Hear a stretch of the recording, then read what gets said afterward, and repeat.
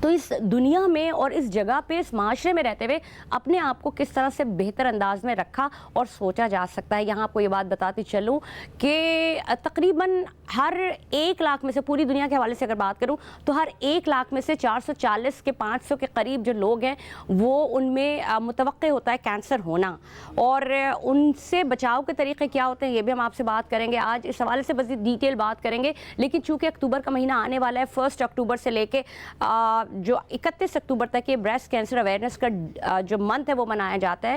یہاں یہ بھی بات بڑا اہم ہے کہ یہ جو کینسرز کے منتھ ہیں یہ اسپیسیفائی کر دیے گئے ہیں. یہ تو ہم اپنے گیسٹ سے پوچھیں گے کہ کیوں اسپیسیفائی کیا گیا ہے, جیسے کہ جنوری کے حوالے سے آئی تھنک شاید سروائکل کا ہوتا ہے, اور فیبرری جو ہے وہ کڈنی کے حوالے سے, اور اسی طرح سے مارچ جو ہے وہ آئی تھنک جو مجھے تھوڑا بہت یاد ہے وہ برین ٹیومر کے حوالے سے. اسی طرح جو مختلف منتھس ہیں ان کو مختلف جو کینسر کی جو کیٹیگریز ہیں ان میں اسپیسیفائی کیا گیا. یہ تو ہم اپنے مہمانوں سے پوچھیں گے, لیکن آج ہم بریسٹ کینسر کے حوالے سے بات کریں گے. ہمارے ساتھ موجود ہیں بہت ہی زبردست ہماری ڈاکٹر آغا خان سے, ان کا تعلق آنکولوجسٹ ہیں, سینئر ڈاکٹر ہیں ڈاکٹر یاسمین عبدالجبار ہمارے ساتھ, ڈاکٹر یاسمین عبدالرشید ہمارے ساتھ موجود ہیں, اور ساتھ ساتھ ہمارے ساتھ ڈاکٹر عدنان عبدالجبار موجود ہیں. آپ بھی سینئر آنکولوجسٹ ہیں, میڈیکل کے شعبے سے آپ کا بڑا گہرا تعلق اور بہت پرانا تعلق ہے. آپ کا جو رابطہ ہے اور جو آپ جس ہاسپٹل کے ساتھ منسلک ہیں وہ ڈاکٹر ضیاء الدین احمد ہاسپٹل ہے, اور جو ڈاکٹر یاسمین ہے ان کا تعلق آغا خان سے ہے. ویسے تو ان کا جو ان کا انٹروڈکشن وہ اتنا گہرا اور اتنا بڑا ہے کہ اگر میں بتاتی جاؤں گی تو میرے پاس الفاظ اور میرے پاس وقت ختم ہو جائے گا, لیکن ان دونوں کی جو اسپیشلٹیز ہیں ان کو میں شاید اس طرح سے ڈیفائن نہ کر سکوں جس طرح ڈیفائن کرنے کا حق ہے. تو جی ڈاکٹر یاسمین, آپ کو خوش آمدید کہیں گے سب سے پہلے تو. Thank you Uzma for your kind words اور اتنا جنرس انٹروڈکشن کا.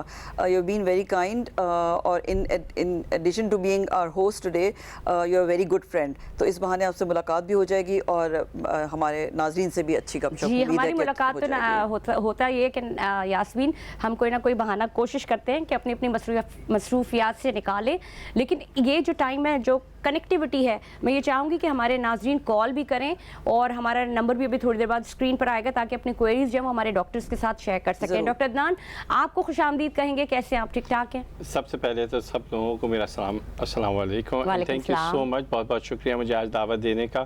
بہت ضروری ہے جس موضوع پہ آج آپ نے ہمیں دعوت دی ہے, کیونکہ ہم لوگ اکتوبر کے مہینے میں اس حوالے سے بات تو کرتے ہیں پر اس میں عمل نہیں کرتے. بالکل. اس کینسر کے بارے میں ہم جانتے تو ہیں پر پھر بھی ہم ابھی کسی اور دنیا میں ہیں, اس پہ اس طرح سے غور و فکر نہیں کرتے جیسے کرنا چاہیے. بالکل.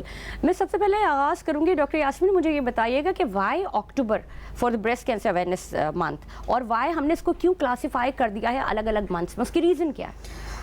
دیکھیں, ایک تو یہ بہت عرصے سے یہ بات چل رہی ہے, تو سب سے پہلے تو مینلی یہ اٹس اے رینڈم ڈسٹریبیوشن کہ اکتوبر میں یہ ہوگا اور جولائی میں ہیڈ اینڈ نیک ہوگا اور نومبر میں لنگ کینسر ہوگا. ان جنرل مخصوص کرنے کا مقصد یہ ہوتا ہے کہ اس ایک مہینے میں اس کینسر پہ پوری مکمل بات کر لی جائے, کیونکہ ادروائز ہم لوگ پھر 1-2 کینسرز کے اوپر فوکس کرتے ہیں. ہمارے لیے جولائی کا منتھ منہ کے کینسر کے لحاظ سے اور اسپیسیفکلی اکتوبر کا منتھ خواتین کے لیے بریسٹ کینسر کے لحاظ سے بہت اہم ہے, کیونکہ پاکستان میں جو لیٹسٹ اعداد و شمار ہیں مارچ 2023 میں پبلش ہوئے ہیں, جس میں کراچی کینسر رجسٹری اور پنجاب کینسر رجسٹری کا کمبائنڈ فگرز پبلش ہوئے ہیں. اس کے مطابق پورے ملک میں سب سے زیادہ پائے جانے والا کینسر اب منہ کا کینسر ہے, رائٹ, اور اس میں سے 90% کینسرز منہ کے کینسر پان, گٹکا, چھالیاں کھانے کی وجہ سے ہوتے ہیں, جو کہ آپ مطلب 90% اس کا آپ اس کو بچا سکتے ہیں اگر آپ اس چیز کو کنٹرول کر لیں. یہ میں ایک بات بڑی اہم کہتی ہوں کہ علاج جو ہے وہ احتیاط جو ہے وہ علاج سے بہتر ہے. بریسٹ کینسر کے لحاظ سے اگر دیکھا جائے تو خواتین, پاکستان میں خواتین میں پائے جانے والے تمام کینسرز میں سے 40% بریسٹ کینسر ہے, اور بریسٹ کینسر کے لیے آپ کے پاس ارلی اسکریننگ ٹول موجود ہے جو کہ میموگرام ہے یا چھاتی کا ایکس رے ہے. میں اسی طرف آتی ہوں ابھی آپ کی جانب, بالکل اس چیز کو کنٹینیو کروں گی کیونکہ یہ ایک ریلیٹڈ ہے خواتین کے ساتھ, تو میں سے آپ کو جانب ضرور آؤں گی. عدنان, آپ کی طرف آنا چاہوں گی, آپ بہت عرصے سے اس سے منسلک ہیں, اس وقت سے لے کے اور اس وقت تک آپ کیا فگر دیکھ رہے ہیں اس تیزی سے, کیونکہ کہا یہ جاتا ہے کہ جو ڈنمارک ہے وہاں پہ سب سے زیادہ کیسز ہوتے ہیں کینسر کے, تو واٹ ڈو یو تھنک جو آپ کی جو اسپیشلٹی ہے جس میں آپ کام کر رہے ہوتے ہیں وہ کون سا اسپیسیفک ایریا ہے؟ بہت ہی اہم سوال ہے. ہمارے یہاں اکثر لوگ سب سے پہلا سوال کینسر کے حوالے سے اعداد و شمار پوچھتے ہیں, اور اب آج کل ہم یہ دیکھنے میں آ رہا ہے کہ کینسر کے نمبر بڑھ رہے ہیں. کیا اس کی وجہ یہ ہے کہ اب کینسر زیادہ کامن ہو گیا ہے؟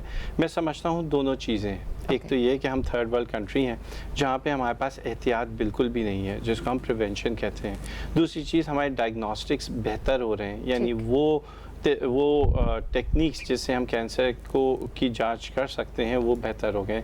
اس کی وجہ سے ہمارے اعداد بڑھتے جا رہے ہیں. ظاہر ہے پچھلے کئی سالوں سے لوگ اس کی طرف بات کر رہے ہیں, اس موضوع کے حوالے سے ایک دوسرے سے گفتگو کر رہے ہیں, تو اب ان میں تھوڑی بہت اویئرنیس آتی جا رہی ہے.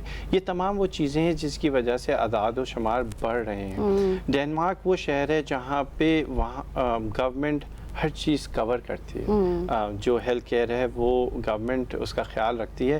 اس وجہ سے جو بھی کینسر ہوتا ہے, جو بھی بیماری ہوتی ہے, وہ سامنے آتی ہے. میں سمجھتا ہوں ابھی جو ڈاکٹر یاسمین نے ہمیں اعداد و شمار بتائے ہیں وہ 100% نہیں ہیں, کیونکہ ہمارے پاس نیشنل کینسر رجسٹری ہی نہیں ہے. یعنی ہم 2021 میں ہیں, لیکن ہمارے پاس وہ نمبر نہیں ہے کہ پاکستان میں ایگزیکٹ نمبر آف کینسر کیا ہے. ٹھیک ہے, so we are just trying to say like ہم تقریباً 2-3 سال پیچھے کے جو اعداد و شمار ہیں اس پہ بات کریں. ہم اعداد و شمار نامکمل ہیں, کیونکہ یہ لوگوں ہم دو قسم کی کینسر رجسٹری ہوتی ہے, ایک انسٹیٹیوشنل اور ایک پبلک.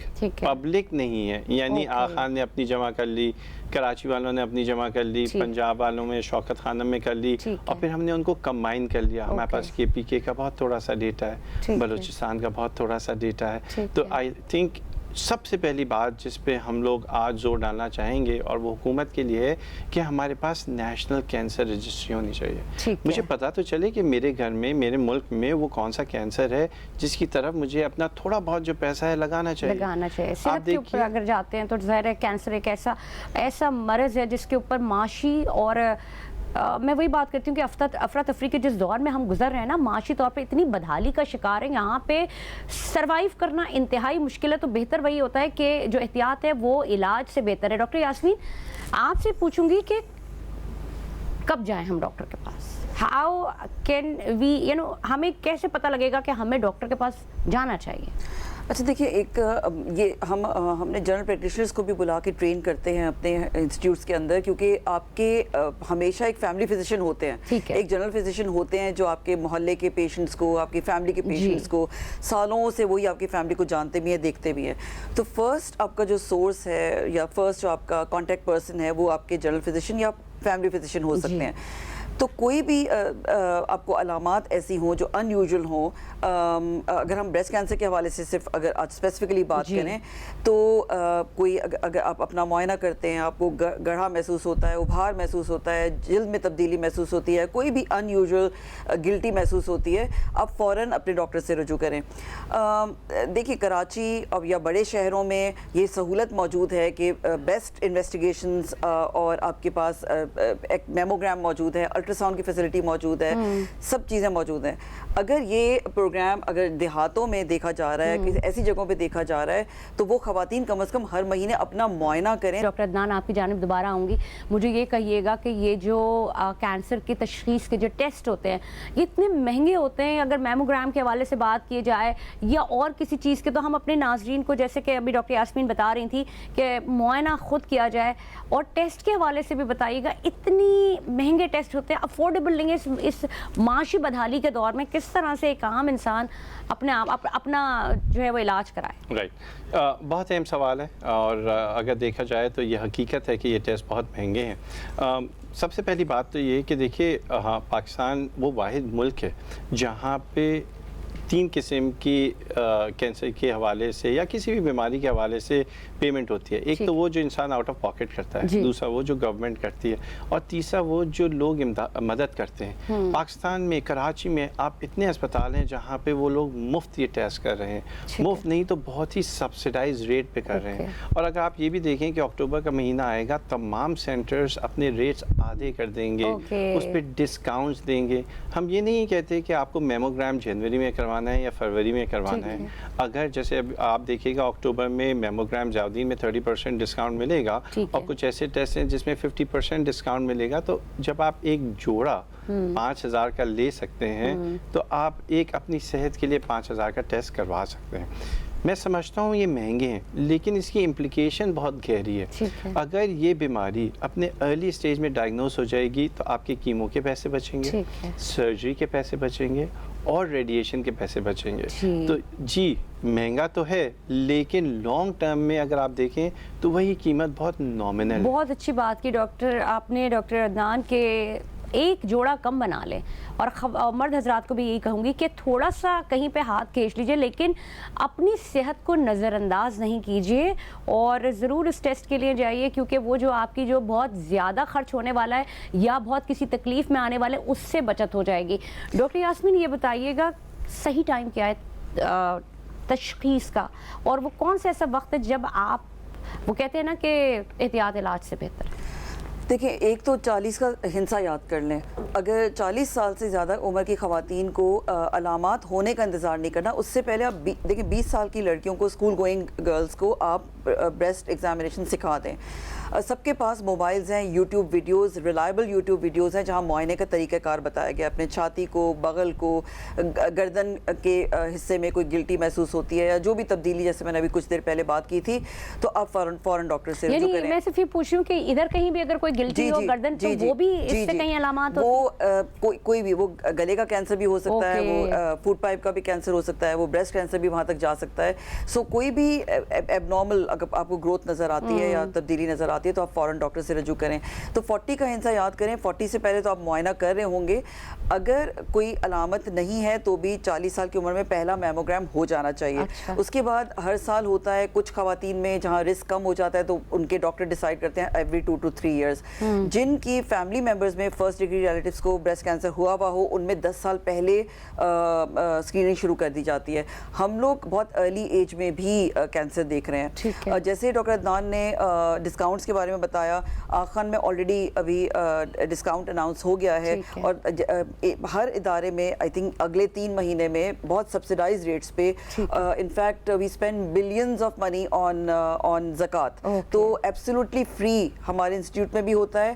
اور اگر یہاں تک اب پہنچ نہیں ہے تو بہت سارے ادارے وہاں پہ جا کے فری میں کرا سکتے ہیں. صرف ولنگنس ہونی چاہیے. اور مرد حضرات کے لیے میں یہ چاہوں گی کہ انفارچونیٹلی زیادہ تر ہماری خواتین کا وہ ڈپینڈنٹ ہوتی ہیں مردوں پہ کہ وہ ان کو ہاسپٹل لے کے جائیں. اس لیے مردوں کا جاننا اور اویئر ہونا اور ولنگنس ہونا کہ وہ اپنی خواتین کو صحت مند رکھیں, گھر کی خواتین کو جو گھر چلا رہی ہیں ان کے بچوں کو پال رہی ہیں وہ ان کو ٹائملی تشخیص کے لیے لے کے جائیں یا ٹیسٹ کے لیے لے کے جائیں. سو میموگرام کرانے کا مقصد یہ نہیں ہے کہ علامات ہونے کے بعد ہو. میموگرام کرانے کا مقصد ہے کہ آپ اسکرین کر رہے ہیں, آپ کو کوئی علامات نہیں ہے اور آپ نے ارلی اسٹیج پہ ڈائگنوز ہوا. اس میں میں 30 سیکنڈز لوں گی to appreciate the role of first lady Ms Samina Alvi, جنہوں نے جب سے وہ آئی ہیں انہوں نے اس کو ایک مہم کی طرح چلایا ہے. اور جب سے وہ آئی ہیں وہ اکتوبر کے پورے مہینے آپ کو میسیجز نظر آتے ہیں میڈیا پہ, آپ فون کال پہ وہ میسیجز سنتے ہیں. تو ہم اپنے کلینکس میں ارلی اسٹیج کینسرز اب دیکھنا شروع ہوئے ہیں جو کہ اسکرین ڈیٹیکٹڈ ہے. ڈاکٹر یاسمین یہیں سے میں ایک سوال آگے جنریٹ کروں گی کہ جو آپ نے کہا کہ ہمیں پتہ ہے کہ ہم تشخیص ہمیں آئیں کون سی, تو اگر بر وقت تشخیص ہو جائے انیشلی تو کیا اس کے امپیکٹ آتے ہیں؟ جی ڈاکٹر صاحب. سو دیکھیے بریسٹ کینسر یعنی چھاتی کا سرطان وہ کینسر ہے جو ہونے سے پہلے بھی پتہ چل سکتا ہے. یعنی ابھی کینسر بنا نہیں ہے اور ایسی ادویات موجود ہیں جو اس کو بننے سے روکتی ہیں. انفیکٹ اگر آپ اس بات کی دیکھیں تو جو موسٹ کامن کینسر ہیں ٹاپ 5 کینسرز ان سب کی اسکریننگ ٹیسٹ اویلیبل ہیں اور اگر ہم ان کو بر وقت استعمال کریں تو کینسر ہونے سے پہلے ہی پتہ چل سکتا ہے. پرابلم یہ ہے کہ ہمارے معاشرے میں لیس دین 5% لوگ اسکریننگ ٹیسٹ کرواتے ہیں. 5% بھی لوگ نہ میموگرام کراتے ہیں, نہ کولونوسکوپی کراتے ہیں, نہ کوئی ایسا ٹیسٹ. منہ آپ دیکھیے وہ اپنے بھائی کو لے کے آئیں گے, اس کو منہ کا کینسر ہوگا, وہ خود ان کے منہ میں پان گٹکا ہوگا. تو میں یہ سمجھتا ہوں کہ ہم اسکریننگ تو بہت دور ہو گیا ہے. ہم وہ چیزیں جس کا ہمیں پتہ ہے کہ ہمیں نقصان دے رہی ہیں ہم وہ نہیں چھوڑ رہے. ہمیں پتہ ہے کہ ہم اتنی محنت کرتے ہیں, روز مزدوری کرتے ہیں, صبح اٹھ کے جاتے ہیں, آپ کو پتہ ہے اس مہنگائی کے دور میں دھول مٹی میں, اور پھر وہ یہ پان گٹکا منہ میں ڈالتے ہیں تاکہ